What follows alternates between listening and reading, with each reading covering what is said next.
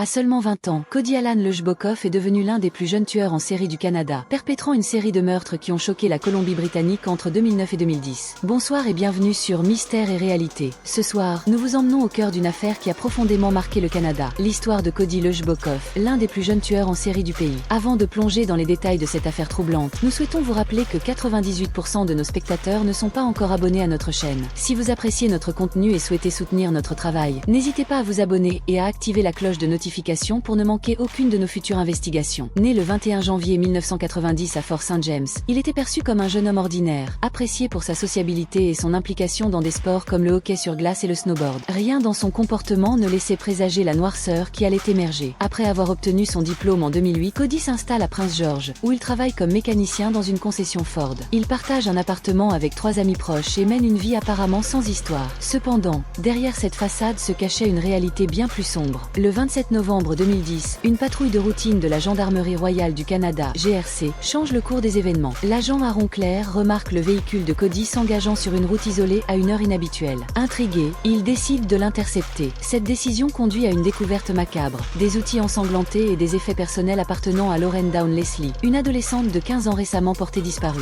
Guidés par ces indices, les enquêteurs retrouvent rapidement le corps sans vie de Lauren à proximité. Cette arrestation marque le début d'une enquête approfondie qui relie Cody à 3 autres meurtres non résolus, ceux de Jill Stacy Stuchenko, 35 ans, Cynthia Frances Mass, 35 ans, et Natasha Lynn Montgomery, 23 ans. Fait troublant, Natasha Montgomery figure parmi les victimes potentielles des meurtres le long de la tristement célèbre Highway of Tears, l'autoroute des larmes, une route où de nombreuses femmes, principalement autochtones, ont disparu ou été assassinées. Lors de son procès en 2014, Cody plaide non coupable, affirmant avoir été témoin des meurtres sans y participer activement. Le jury rejette cette version, le déclarant coupable de 4 meurtres au premier degré. Il est condamné à la prison à vie sans possibilité de libération conditionnelle avant 25 ans. Le juge Glenn Parrett souligne alors l'absence totale de remords chez Cody, le qualifiant de véritable prédateur. En 2015, Cody tente de faire appel de sa condamnation, invoquant des erreurs procédurales. Cependant, la Cour d'appel de la Colombie-Britannique rejette sa demande en 2016, confirmant ainsi sa peine initiale. En 2019, une controverse éclate lorsque Cody est transféré d'une prison à sécurité maximale en Colombie-Britannique à un établissement à sécurité moyenne en Ontario, suscitant l'indignation des familles des victimes et des défenseurs des droits des femmes autochtones. L'affaire Cody met en lumière les dangers persistants auxquels sont confrontées les femmes, en particulier les femmes autochtones, le long de la Highway of Tears.